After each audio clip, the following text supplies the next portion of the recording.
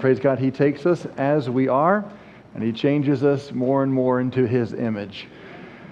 Well, the young kids will stay put because we have our guest reception in the typical junior church room. It's another reason why we need the building expansion. It'll be a blessing. We're not having to always shuffle things, but that's where we're at for now. Mark chapter 12. Mark chapter 12. I've spoken a lot about my time in Arklow, Ireland. My wife and I, as we helped out the O'Gormans when they first got to Ireland and began planting that church in Arklow.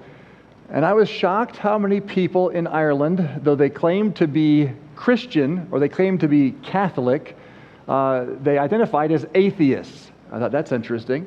How can you be an atheist Catholic or an atheist Christian? And I talked to a few Irish while I was there, and they said, let me explain this to you. It's simple. To be Irish is to be Catholic. It's cultural. It has nothing to do with Christ, has nothing to do with God. It has everything to do with being Irish. And one guy, he almost punched me out as I talked to him on his doorstep because I was a cult, he said. He was a Catholic Irishman who was just resolute in that belief, but he claimed to be an atheist. And I thought, okay, well, I guess it's just a cultural thing. And as we got into our ministry there in Ireland, we definitely found quite a bit of darkness. But God would open doors, and we were able to rent a building and renovate it. I've got a picture of that building that I don't know if I've ever showed here before, but that used to be the one-room schoolhouse that all the old folks in Arklow went to school at this location. And so when the Lord gave us that building, a lot of folks came by just to see what was going on. That is where they used to do school, and now the Baptists are in there. What are they doing? And there's a lot of windows, and we left those windows open. It kind of felt like a fishbowl. People would peer in to see what we're doing in there, and we liked that. We wanted them to see what we were doing. But there was definitely some opposition. We won some to Christ, and there were also those who definitely opposed. And I remember after Rebecca and I left, we learned from Oriel O'Gorman that someone had vandalized the side of the church. As you're looking at the church, on the right-hand side, there was this that was graffitied on the church building. Someone wrote, "There is no God." We had painted this church. We had renovated this church. We had done electrical modifications, and someone comes up, psh, psh, psh, psh, there is no God. What do you do? Well, Oriel thought about it, and he said, let's finish the verse. It's Psalm 14:1. So Oriel got out there. He had his spray can, shook that thing, and he finished the verse. The fool hath said in his heart, there is no God. Psalm 14:1. Well, the town thought that was pretty interesting, and the newspaper got a hold of it. The news did some kind of a write-up, and Oriel just left it there. And it ended up being the best billboard the Arklow Baptist Church ever had. People came around to see that, get pictures of it. People came and visited the church, and it was just neat to see how God even turned that as an opportunity for the gospel. And yes, that is a real verse from the Bible. Psalm 14:1 says, the fool hath said in his heart, there is no God. Did you know people have been claiming there is no God as long as there was people? People have had a problem with God because we are sinners. We're a fallen race. We long to be in control. We are rebels at heart. And therefore, we have trouble with the idea of a God who tells us what to do. And people think of heaven as a fairy tale. And I've talked to so many people who have said, oh, you believe in heaven. You still need fairy tales. You still need mommy to tuck you in at night and tell you about heaven and the afterlife and so forth. And just kind of talk down and so forth. Well, you know, in Mark chapter 12, we have the Sadducees coming on the scene. They said they believed in God, but they did not believe in the God of the Bible, and they certainly did not believe in anything divine. They believed in no resurrection, no heaven, nothing. No miracles, no soul, no spirit. This is what the Sadducees believed. And, okay, this is where you insert the famous Sadducee joke. Everybody's waiting for it. I have to do it, because there's probably one person who hasn't heard it. So if you haven't heard it, here you go. The Sadducees were named Sadducees because they did not believe in the resurrection. So they were sad, you see. Okay, we got that out of the way, and now you've heard it. But these Sadducees were the religious elites. They were the priests. They thought that they were smart, and they thought that because Jesus taught the resurrection, therefore Jesus couldn't be true. He couldn't be who he said he was. And so they come to him in Mark chapter 12 with a test, and it is, to them, it is such a genius trap. And they posed him this question about heaven. We're going to look at a question about heaven here this morning. We're going to pick it up in Mark 12:18. Then come unto him the Sadducees, which say there is no resurrection. By the way, stop there for a moment. What did Paul say in 1 Corinthians 15? If there is no resurrection, then we are of all men most miserable. I would imagine these are some miserable fellows, because if you really believe that there's nothing after this life, there's no existence, no nothing, what kind of a life is that? They asked him, saying, Master, Moses wrote unto us, if a man's brother die and leave his wife behind him, and leave no children, that his brother should take his wife and raise up seed unto his brother. Now, let's stop for a moment. This custom is a little bit weird to our thinking, but this was very normal to theirs. Your family lineage was of utmost importance to them. They had, as you've seen if you read the Bible, there's family trees all over the Bible. Old Testament, New Testament, all the lineages given. And if someone was to lose their line, that was just a horrible, unthinkable thing, to have their name be extinguished. And so in the law, yes, Moses did write, if a man's brother dies and leaves the widow with no children, then his brother would come and marry his wife and raise up seed unto his brother. So in other words, the children that were born would take the deceased's name and carry on his inheritance. Hopefully that makes sense. And so they're speaking of a custom that everyone in their day would have been familiar with. Verse 20. Now there were 7 brethren. This is a hypothetical situation. Don't you love when people come to you to argue with hypotheticals?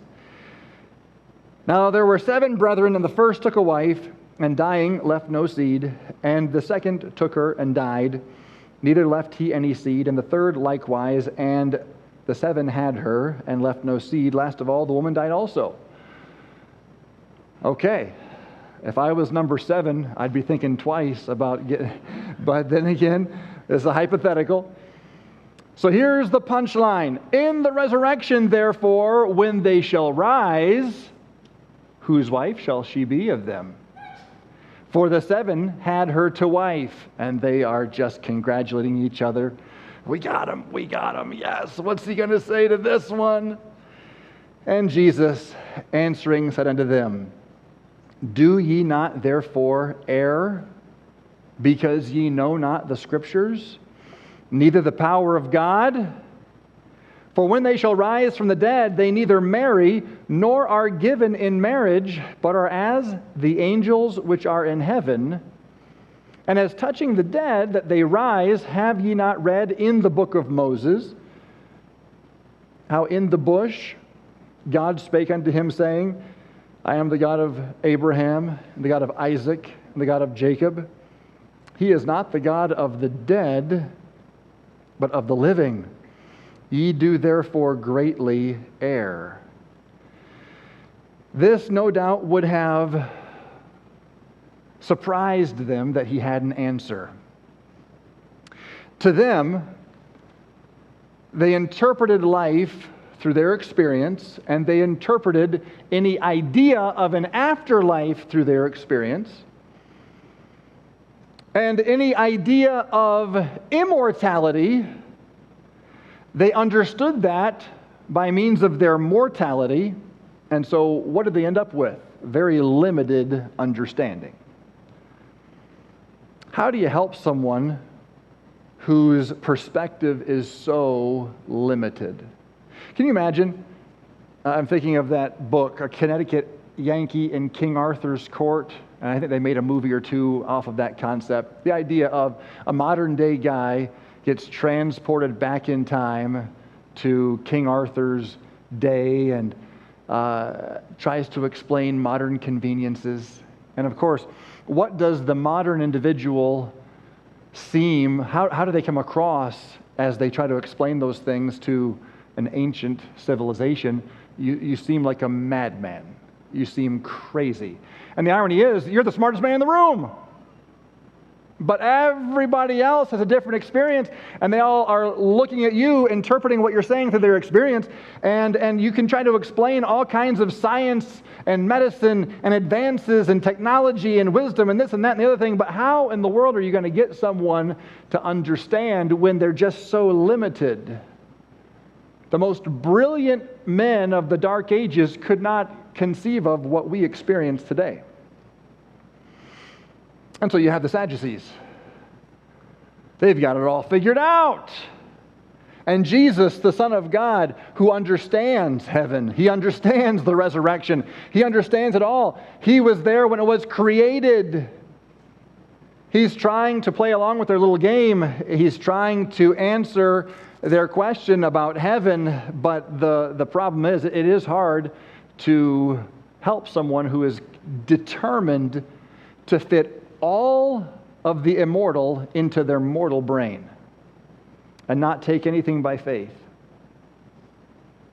The problem today is the same as the problem back then. People today think about unknown things through terms of the known and through the lens of the known. One's own experience or lack thereof serves as the single biggest deterrent to learning. And I think that's why some folks do not come to Christ. They continue on in sin and die apart from Christ. And I think it's also why some folks who've come to Christ don't grow as fast in their relationship with the Lord, because they allow their own limitations to stifle the rate of growth that God would have them experience through His Word. Have you ever had questions about heaven? I have. I still have questions about heaven. The Sadducees had questions. There's a lot that I will never be able to understand about heaven. And even if an angel came down from heaven to explain to me all that heaven was, would that angel be able to, would I be able to understand what that angel was even talking about? Go back to 1600 and explain your iPhone. Try that. There are things that we have to take by faith, but that's not a cop-out. That is a relief. I'm glad that there is an experience that is so amazing. It is past my comprehension and past my human understanding. And I'm so glad to know that what is waiting for me is not humanly explainable. It is beyond the limits of my understanding. The Sadducees had this question that was the stumper. It was the mic drop moment. And yet Jesus owned the moment. I want to say this before we dive in, that there will most definitely be a resurrection. And heaven will be far superior to any earthly experience known to man. This is what Jesus is teaching. Because of this hope, believers must live in light of this reality. We should not live as those who are full of anxiety because of the uncertainties of life and the afterlife. We are those who ought to be living with the excitement and anticipation of knowing that there is something beyond our human expression and experience that is waiting for us. We have the greatest of hope. So we dive into the story, and we'll say, first of all, that false assumptions lead to false conclusions. False assumptions lead to false conclusions. What did it say right off the bat? It said, "Then come unto him the Sadducees, which say there is no resurrection." That is where they got off track. So many scientists have gotten off track with the wrong assumption. They did not believe in the existence of the soul. This was a religious group, but they weren't very religious. They didn't believe in the soul, life after death, resurrection, final judgment, angels, demons, miracles, nothing that could not be experienced and touched and felt and known in human terms. This is the classic, what you see is what you get. These guys were all from Missouri. You got to show me. Something like that. They only accepted the law of Moses. And that is why they quote Moses, and that is why when Jesus responds to them, he also responds quoting Moses. He was trying to find an equal playing field. That is a good thing to do in conversation. If somebody only believes the book of John, fine. Talk to them about Jesus from the book of John. That's what Jesus did here. This group was wealthy. They were religious aristocrats. They only believed in this life, and as it would happen, they had about everything this life could offer. Worked out pretty good. They tended to look down on everybody else. They thought of themselves as very, very smart. But Jesus revealed their ignorance of two things: the power of God and the Scriptures. They did not know Him, and they did not know His Word, but they knew their assumptions. Their assumption was there's no resurrection, and the conclusion they drew from that is, since Jesus believed and taught that there was a resurrection, therefore He could not be from God.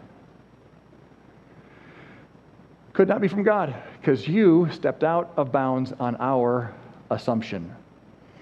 There's a lot of assumptions that have led to false conclusions. Did you know it used to be science that if you didn't feel well, the doctor would come and let your blood? They would bleed people. And some people were bled to death because of this practice. They thought that there was imbalance of bodily humors, and removing the blood could restore the balance of health. And many people hoped to be cured by draining their blood and ended up dying. False assumption, there's a problem with the blood. False conclusion, let's get rid of the blood. All right, that's a problem. People thought that the earth was the center of the universe. That was the going thing, man. All the smart people thought that. And for centuries, this false assumption led to the rejection of the heliocentric theories like those of Copernicus and Galileo, delaying scientific progress and so forth, and we know how that all ended. There was a false assumption about the Titanic, that the Titanic was unsinkable. That was the false assumption. Therefore, we don't need so many lifeboats. And unfortunately, when tragedy struck, they were not able to save all of their passengers, and it was a terrible loss of life. False assumption leads to false conclusions. Well, beware of false assumptions. And be humble concerning the possibilities of your own limitations. Why on earth would we be so proud to think that we have perfect understanding or that we are smarter than God? And for the folks who say that there is no God, you can't even have that argument as a mortal. In order for a mortal to make an assessment about an immortal, that mortal has to become immortal. Well, we don't have that kind of humility. We are so proud to be able to say, I know best, and I see what I see. But how many people don't recognize that your perspective can be limited or even skewed? Be willing to admit you're only a finite human being and give God the benefit of the doubt. Be careful about your assumptions. False assumptions can lead to false conclusions. Secondly, finite understanding produces finite perspective. Finite understanding produces finite perspective. It's very much almost the same as point one, very similar. Let me say this. The resurrection is not the restoration of life as we know it. It is the entrance into a new life that is different. The problem that the Sadducees had is they interpreted everything through the lens of life as we know it. Therefore, if there is this thing called heaven, it has to be like this thing called earth. Wrong. The unknown is typically considered through the lens of the known, and while this works for earthly investigations, it's fundamentally flawed when making heavenly ones. Same God who created the angels and gave them their nature is able to give us new bodies, which we will need for a new life in heaven. 1 Corinthians 15 talks about that. By the way, Jesus did not say in this passage that we would become angels. He said that we would be like or as angels. God's children are higher than the angels. But there will be certain characteristics that we will have that will be like them. So here you have the Sadducees trying to trap Jesus, and they're looking at the question of heaven through the lens of earth and looking at what is important on earth. If heaven is supposed to be the epitome of our existence, well, what's the epitome down here? Well, marriage and a family name that goes on forever. So they take these two things, marriage and lineage, and that is where they craft their test. If 7 brothers were married to one woman sequentially, how would they be able to continue that arrangement in heaven? This is absurd, they thought, for 7 men to share one wife. And yet, since those things are so important on earth, that has to continue into heaven. Therefore, that can't be a heaven. It makes sense from a human perspective. By the way, if you want to look it up later, it's Deuteronomy 25 that has that whole passage laid out. Deuteronomy 25, verse 5 is where Moses says, if brethren dwell together, one of them die and have no child, the wife of the dead shall not marry without, but her husband's brother shall go in. You can look at that on your own time. Deuteronomy 25. So what does Jesus say in verse 24? Do ye not therefore err because ye know not the Scriptures, neither the power of God? For when they shall rise from the dead, they neither marry nor are given in marriage, but are as the angels which are in heaven. Now, this answer is not what they expected. This answer certainly stumps the Sadducees who are trying to stump the Savior. But having said that, as we read this is kind of a stumper to us. Wait a minute, Lord, what are you saying? We're not going to have marriage. I kind of like my wife. I'm good if we just go on right on through eternity, and that's great. And hopefully you have a marriage that, if you are married, that you say, this is great, and I would love to continue in this forever. And, oftentimes we see romantic signs or bumper stickers or cards that say, we love each other forever and ever or whatever. But the actual marriage vow is, till death do us part. And marriage is an institution that is to be an earthly one. It is not an eternal one. I can tell you, this passage for me personally has been a bit of a bummer. But as you really work through it, I think it perks up if you let the Lord show you what He has to say. How can it be that a good God would make it so that there's no marriage in heaven? Well, a few things about this. Number one, the purpose of marriage will be complete. The purpose of marriage will be complete. And there's all kinds of things that we could talk about as far as the various purposes of marriage, but here's a couple of big ones. Companionship. What did God say in the very beginning with Adam? It's not good for the man to be alone. And he would make a provision so that Adam would not be alone. That provision was Eve. Companionship. But also, it wasn't just that he had a companion, it was completion. There was companion, there was completion. I will make an help meet for him, or a helper who is suitable for him. My wife is an invaluable helper to me. She completes me. People oftentimes refer to their spouse as their better half. And I think my wife makes up way more than half. She knows what's going on in our house. She has a sixth sense. She makes up for my weaknesses, and she knows where all the missing stuff is in the house. Honey, where's my keys? Dresser. Samuel, where's my wallet? By the door underneath your shoe. You know, where's my toy? The dog ate it. It's in pieces, or whatever. Rebecca, she just knows where it all is, and it's great to have a helper who completes me. In heaven, I'm going to be completed.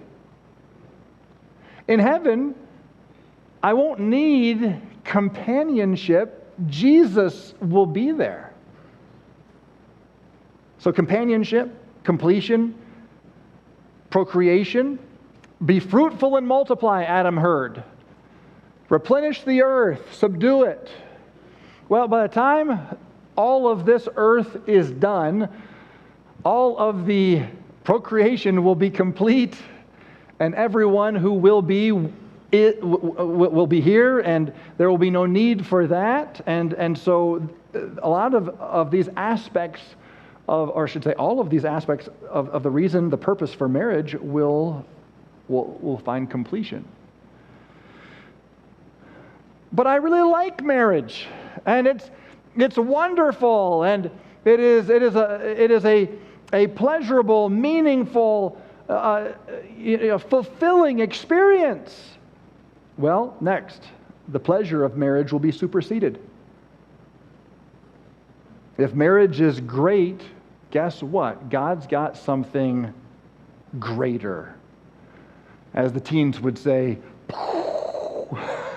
mind blown. How can it get better? It gets better. When you think of Proverbs 30, verse 18, it describes the way of a man with a maid, and God meant for it to be wonderful.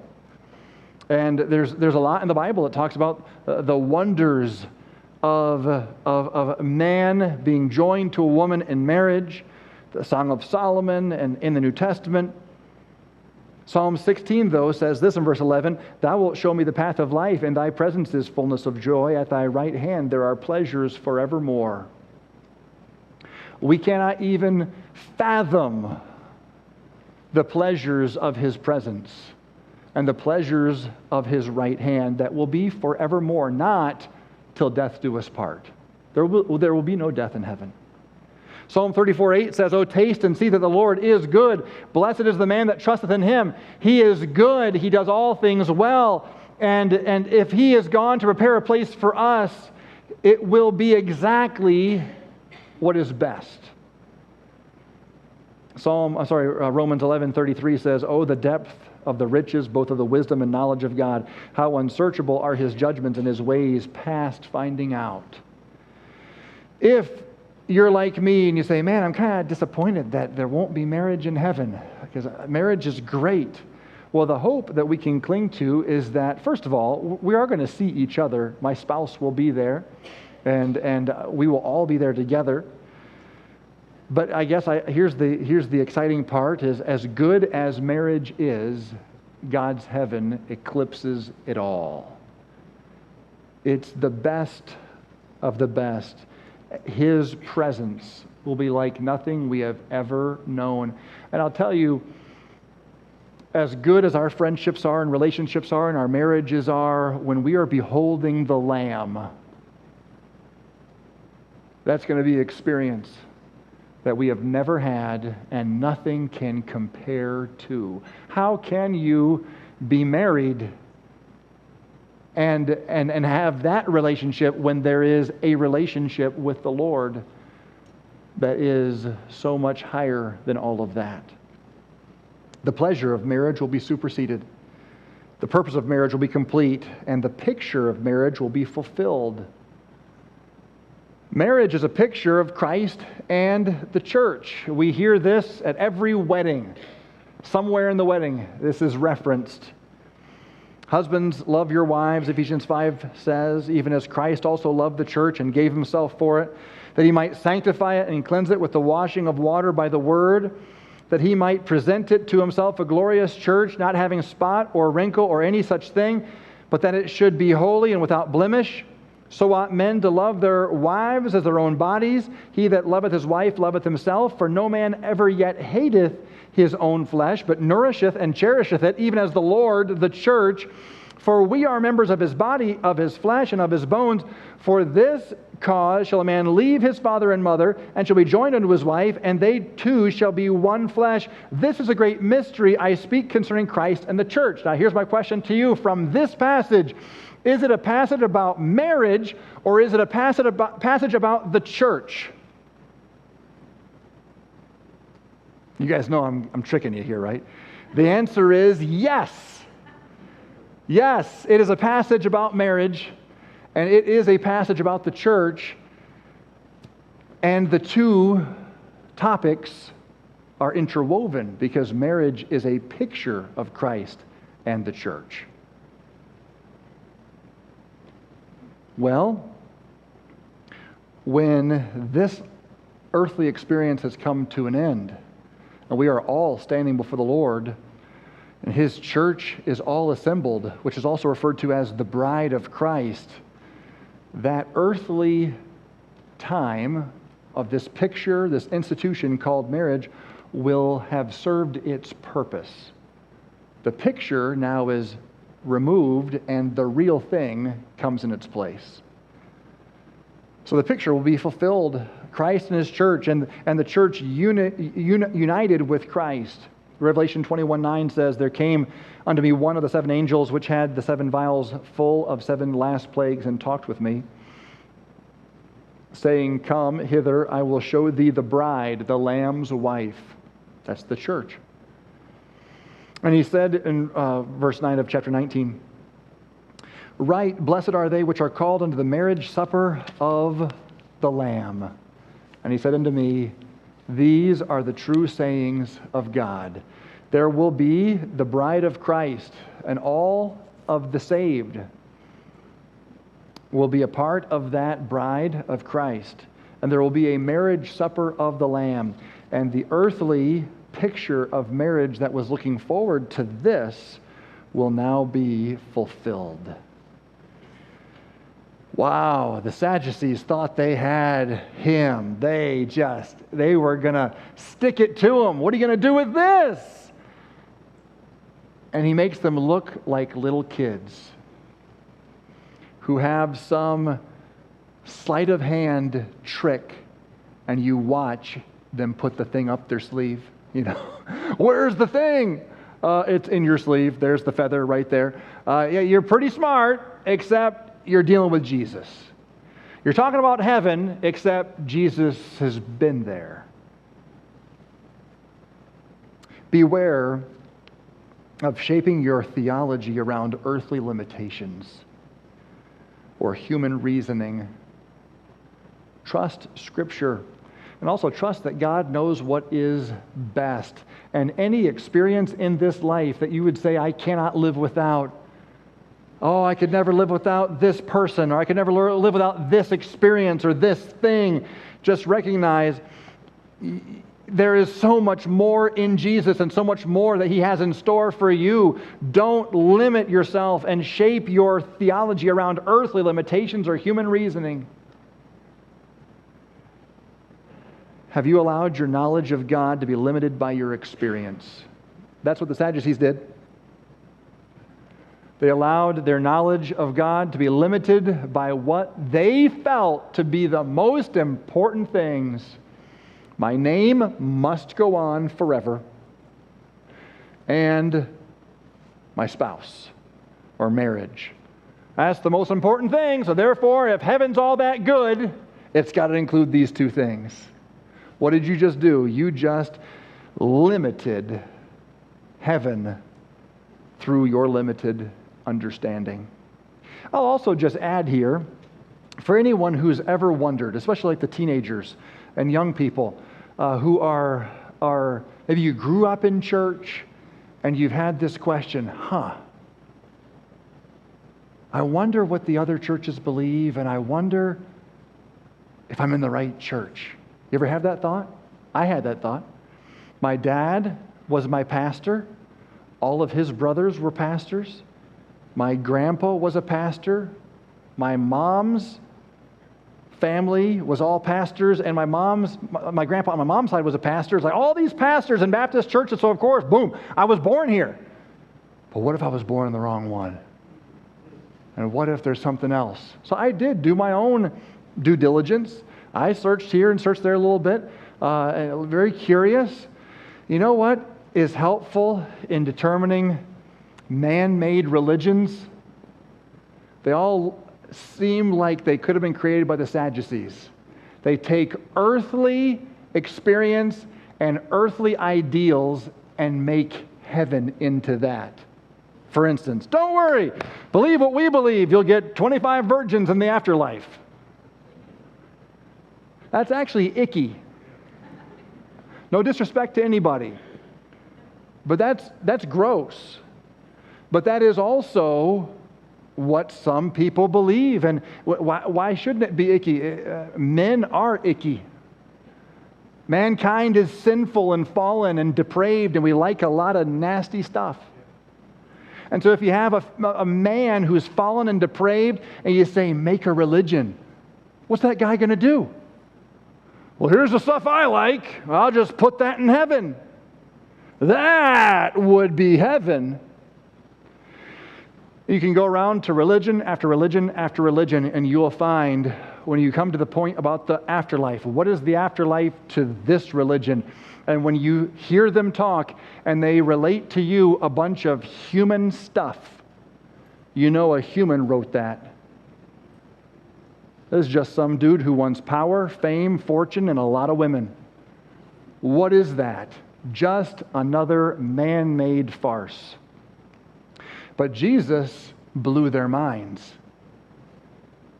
He said, I know you guys think it doesn't get any better than, according to the book of Proverbs, the way of a man with a maid. Doesn't get any better than that. I know you think that. Guess what? Heaven is so good. You're not going to be married, given in marriage. It's going to be better. You know, right there, some people probably like, I'm out.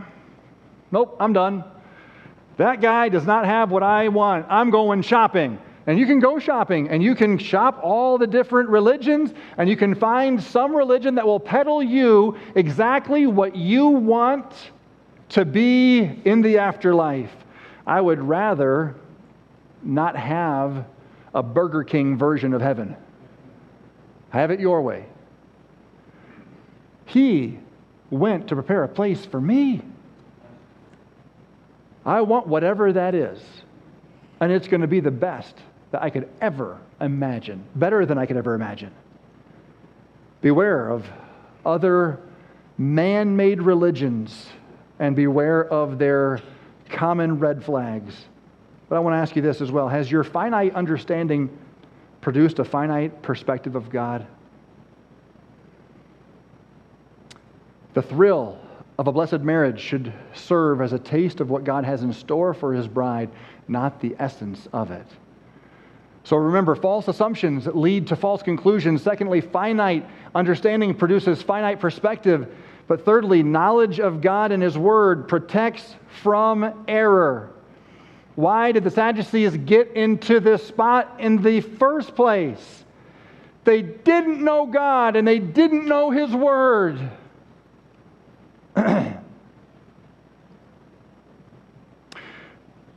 a lot of people, myself included, whose foundations are revealed when God puts His finger on certain things that are incredibly precious to you. I will speak from experience here. It's very humbling. Because you like to think, oh, it's just all for Jesus, all for Jesus. I surrender all. It's all for Him. And the Lord says, I want this. No, you can't have that. And then we fall apart. And though we would say, I can live without anything, all I need is Jesus. Actually, no, I need this and I need this. I need heaven to be like this. I need heaven to be like that. And blah, blah, blah, blah, blah, blah, blah. We have this human understanding of how it's all supposed to work. Why? Because we don't really know Him. I want to read it again. He said, do ye not therefore err, because ye know not the Scriptures, neither the power of God? That phrase right there. You have no idea who you're dealing with. You have no idea how awesome He is, how almighty He is, how powerful He is, and what He could create. You just know this one creation called earth.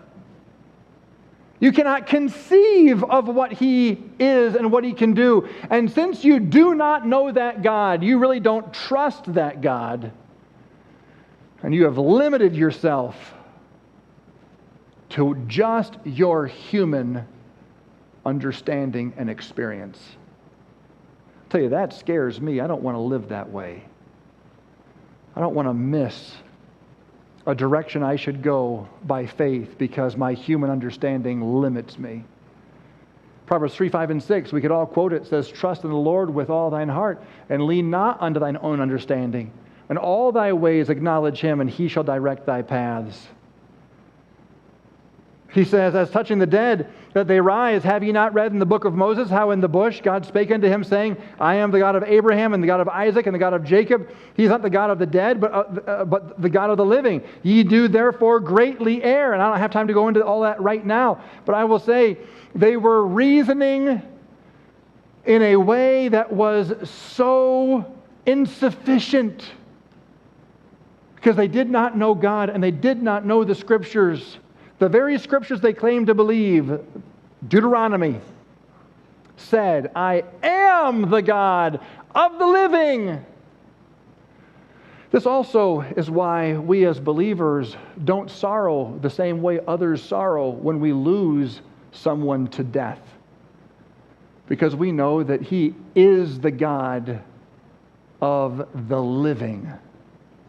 They have passed from here, but they are more alive than ever. It changes the way we live. It changes the way we grieve, the way we sorrow.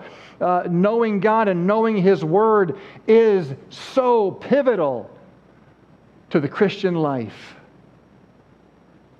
So know God, know His Word, and trust His Word over your own understanding and experience.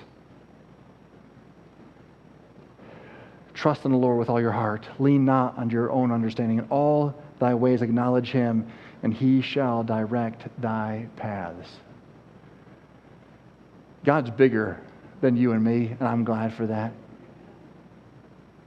The Sadducees thought they had Jesus all stuck in a corner. But the truth is, they were only able to operate through their limited understanding and limited experience. What about me and you? Oh, don't allow your experience to limit God. Get to know Him, get to know His Word, and let Him build your faith to accept those things that are beyond finding out. Knowledge that supersedes anything you and I could understand. Heaven's going to be good. Heaven's going to be better than good. It's going to be wonderful. And we have a God that we can trust, but you've got to get to know Him through His Word. That's the only way you'll trust Him over your own understanding.